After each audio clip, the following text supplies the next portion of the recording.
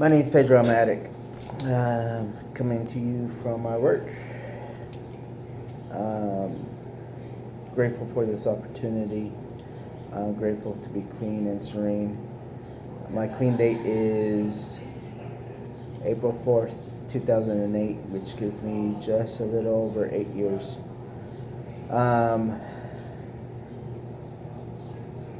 it's always an honor to do anything for recovery. It's not always an honor and privilege to do anything for Narcotics Anonymous, because Narcotics Anonymous gave me a life worth living for today. I'm a vet. I served in the Army. I joined 2 months prior before 9/11, and I joined the Army because I thought it was going to get me straight. Little did I know that, the disease of addiction lied within my head, and that I was taking my disease with me.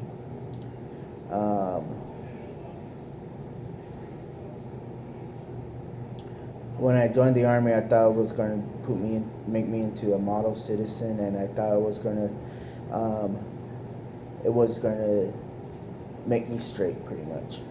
And it didn't. As soon as I got out of basic training, it was like, oh my gosh, 9/11 just happened, and I was scared as heck. I was freaking, I had anxiety before I even reached my duty station, man. When I came for hometown recruiting, freaking, it was all about drinking and freaking partying, and that liquid drug freaking just got me out of control. When I got to my first duty station, it was finding the first bar, and freaking finding out how to get the right women. Freaking, it was just all kinds of things, man. And so, eventually, my using and abusing got me into trouble while I was in the military. And it just was a downward road spiral. I say I always had a guardian angel always looking over me, and I believe today that my guardian angel while I was in the military was my squad leader. God rest his soul. In 2004, about a year after I got out, after a year that I was discharged from the Army, he lost his life in Afghanistan, and it hit me hard. What hit me hard too was that, a lot of the friends, a lot of my battle buddies that I went through basic training and AIT with, they lost their life in the war, and it really hit me hard. I just kept on using and using over and over and over again. When I came back to the lower 48, because I was stationed in Alaska, and when I came back to the United States, or back here to the lower 48,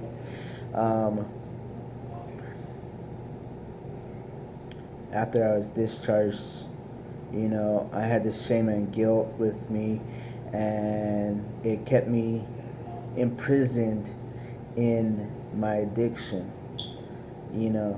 and eventually, between 2003, when I came back from the military, in 2008, I probably spent like maybe 6 months free. 6 months free, and I wouldn't even say free, because I was still in prison in my own mind. but I spent 6 months at least, at most, out on the streets, and my addiction just kept me getting locked up over and over and over again. It wasn't until that I got into recovery and I got sentenced to a program in which, you know what, that program introduced me to a program that saved my life, man. That program introduced me to Narcotics Anonymous, man. Now, people may call me a NA Nazi, um, and I'm not an NA Nazi. I'm a I just know where I found recovery, and that's through the program of Narcotics Anonymous, you know. And that program, the rehab that I went to, introduced me to Narcotics Anonymous, man. You may be able to find your recovery wherever it may seem suitable for you. I just know that I found my program in Narcotics Anonymous, and that program has changed my life totally drastically. And if you look behind me, I got an office, I got a chalkboard in which I teach. I got actually a big office. It's one of the biggest offices right here because I also manage the computer lab at my work.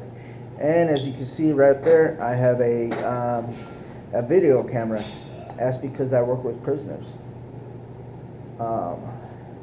And it's crazy, you know. Back right here is my tie rack in which I teach job development, you know. And by working the steps and applying the spiritual principles in all aspects of my life, and I have developed a life worth living for. Even when life hits hard,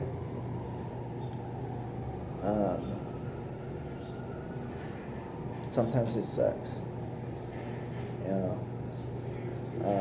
I'm an addict that's a veteran that suffers from PTSD due to some of the stuff that I did in the military, due to some of the stuff that I did while I was in my active addiction, and due to some of the stuff that I did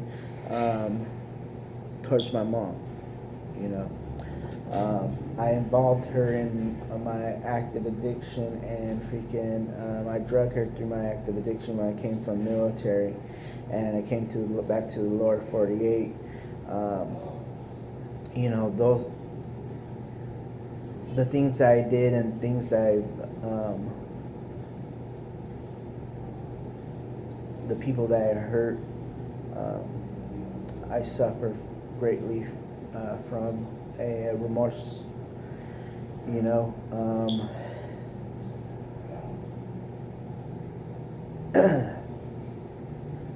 You know, I suffer from dreams that really haunt me. I suffer from anxiety. I suffer from depression. It's May 3rd, and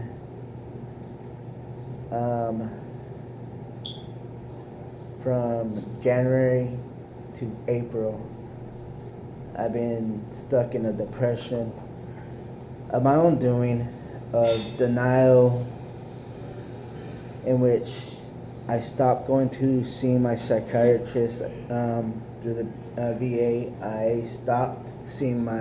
I haven't been to the doctors back at the VA, and I got a lot of things that's wrong with me.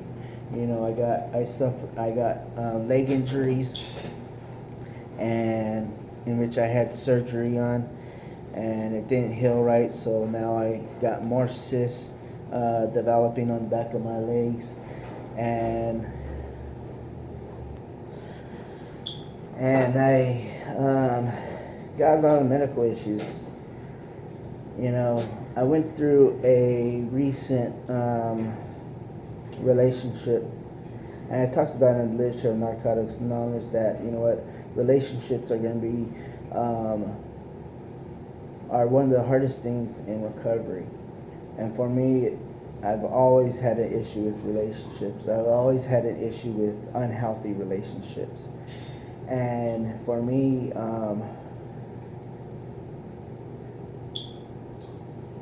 I've always had unhealthy relationships since I was, before I even joined the military. Through the military, I had very unhealthy relationships. I was dating one girl over here, and then I was also dating her mortal enemy across the city. And so, you know, it was all about, you know what, for me, it was all about who's the prettiest girl that I could find, and how can I have them by my side. And since January, I've been in very unhealthy relationships where I was in denial that, you know, she was using and abusing drugs, and you know, I went broke. Within a month, I went homeless 3 times. Um, I still have a job. I still suited up and showed up for work each and every single day, but I was living in a life of misery. And it sucked. It really did. Um, have I got over it? No. Um, I had to put her into rehab in a city about an hour and a half away from here. And I miss her, you know. Um, and at times when I go home and I'm laying in my California king size bed and freaking all by myself, um, I'm lonely, you know. Um,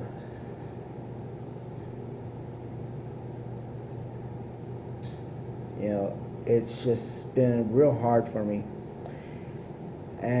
But I know that, you know what, since I've been in the Fellowship of Narcotics Anonymous, and since I surrendered in 2008 to the Fellowship of Narcotics Anonymous, since I subconsciously made a decision to change my life around, I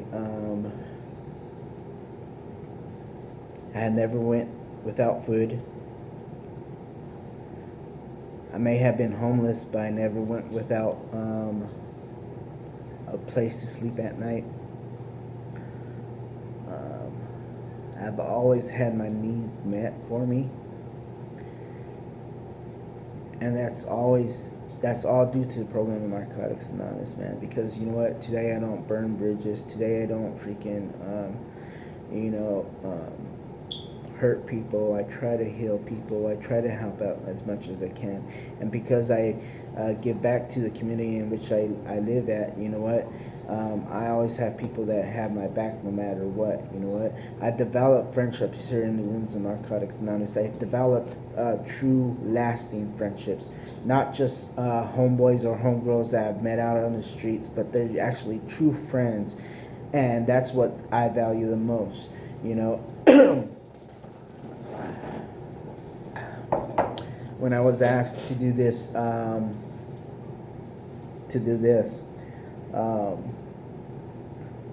I was tagged on a post, and during that time, when I was tagged on the post, I was going through I was still going through that depression, and social media can be a harsh thing.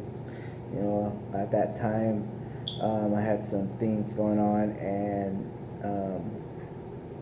I was getting attacked. My character was getting attacked because, you know, no matter where you're at in life, you're always going to have somebody that brings you down or tries to bring you down. And I'm so grateful for the spiritual principles that was taught to me in the rooms of Narcotics Anonymous, man, that I'm able to overcome those things, man. You know, right now in life, I'm barely getting back on track, you know, and it's a process. Life's a process, you know, but it's only because of spiritual principles taught to me in the 12 steps that I'm able to overcome and adapt. You know, thank God for Narcotics Anonymous. Thank God for the spiritual principle. Thank God for sponsorship. And without my sponsor, I would not know where I would be at, man. A lot of times I went to him for guidance, man, throughout many things, man. I never grew up with this father figure, and today, you know what, I look to him as a father figure. And I could tell that man anything, you know. And I've never heard it mentioned in a fellowship, in a room, in a meeting, at meeting level. The things that I've talked to my sponsor is, I'm grateful for him, you know, because he's been able to give me guidance throughout my life in recovery. I'm big on service work. I'm big on giving back to that which was so freely given to us, because that's what I was taught, and that's what I know. Within the first 6 months of my recovery, I was introduced to the activities committee of my county, Kern County Narcotics Anonymous. Big shout out, plug in. And since then, since 6 months clean, I've been very active in the activities portion here in Kern County.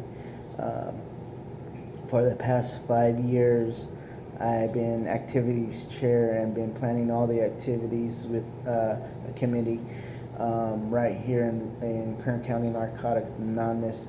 And it's been an honor to serve people, you know, just to watch people, a newcomer, find joy without the use of drugs and find happiness, man, has been a blessing to me. You know, I recently stepped down from activities chair, and now I'm literature chair. I'm getting back to the basics of where I am.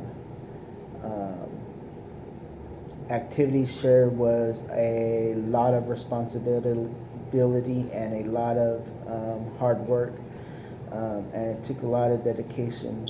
Some dedication that, you know what, took away from relationships and friendships and step work, man. And because, you know, I was always busy and I always kept them getting busy and I always kept them getting busy, and so I put a lot of things on the back burner.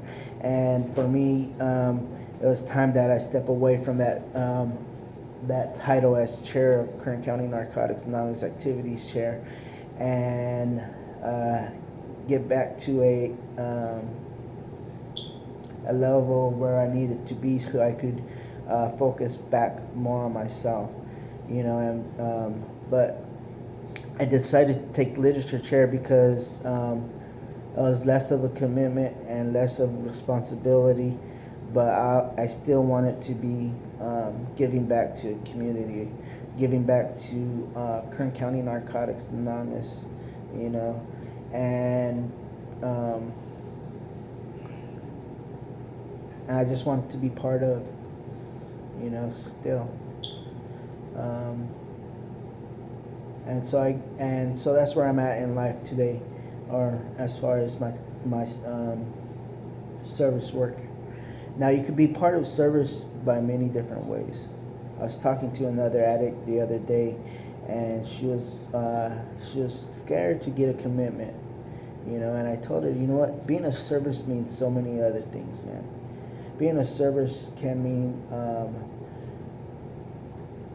putting up chairs at a meeting, greeting somebody, giving somebody a hug, being there just to listen to somebody, a fellow addict, man. And that's what being of service can be. The being of service, the concept of being of service means just to give back. And you can be of service in so many different ways. And that's what I was taught in the rooms of narcotics. And that was what I was taught in recovery, was to give back to the fellowship no matter what. Give back to a fellowship that, gave you a life worth living for. And today I got a life worth living for. It may have it ups and downs, and it may be a roller coaster.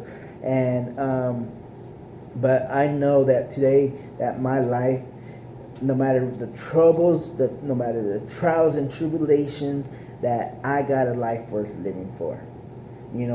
I've developed friendships in the rooms of Narcotics Anonymous. I was able to witness a unification of a family over this past weekend, which was very beautiful. And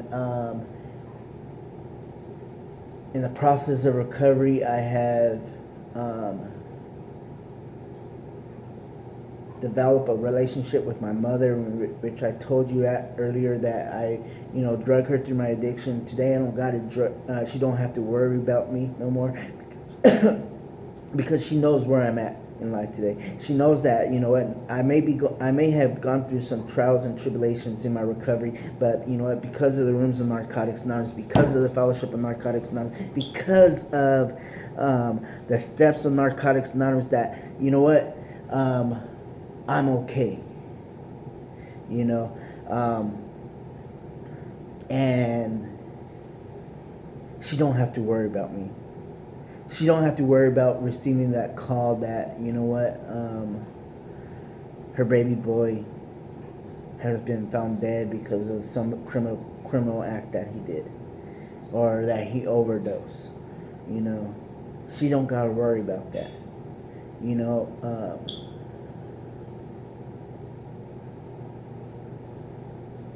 I just recently made another appointment to go back to the doctors to reinstate my VA medical issues and get back to the psychiatrist, get back to getting my regular physicals. And for me, that's what I need. As a veteran, I need that. And that's part of recovery, is take care of your health, take care of your mental status. And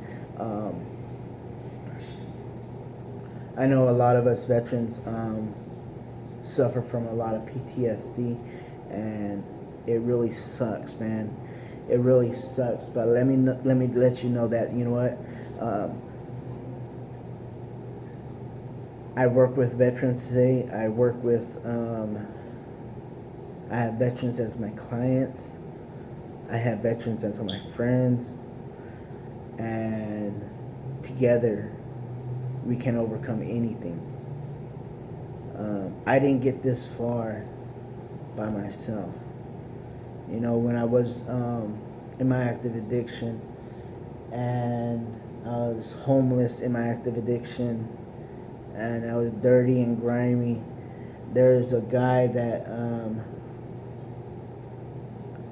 got me to the rehab that I was at. He introduced me to the rehab, and today that guy is so proud of where I've come. I now have a working relationship with that guy. That guy that I just saw him at a job fair the other day for the vet. It's called Hire a Vet, or Hire a Hero, and he was there, and as a resource for the veterans. And he says, look at there he goes, Mr. NA, and he was telling me how proud of where I've come, I tell him, it's not of my doing, it's of the doing of the program of Narcotics Anonymous working in my life, and a God of my understanding always watching in my back, man. I thank God each and every single day that, that I found a program that fits my needs, because I tried it all. I tried, when I came back, I tried being a youth pastor, I tried going to church, I tried different fellowships, and nothing really stuck until I truly surrendered to the Fellowship of Narcotics Anonymous. Then and only then did I start growing as a person. Then and only then that I started really becoming a man. You know, they have a saying that um, as a serviceman, your expiration date on your duties never ends. I truly believe that today. Today, I give back to the community in which I live in, as much as possible. Um, Today, I look out for my fellow men. Today, I look out for that still suffering addict on a daily basis. Um, it's only through a program that touched my heart and changed me from the inside and out. And I owe it all to the program of Narcotics Anonymous and to the God of my understanding for teaching me a new way to live. My name is Pedro. Thank you for letting me share.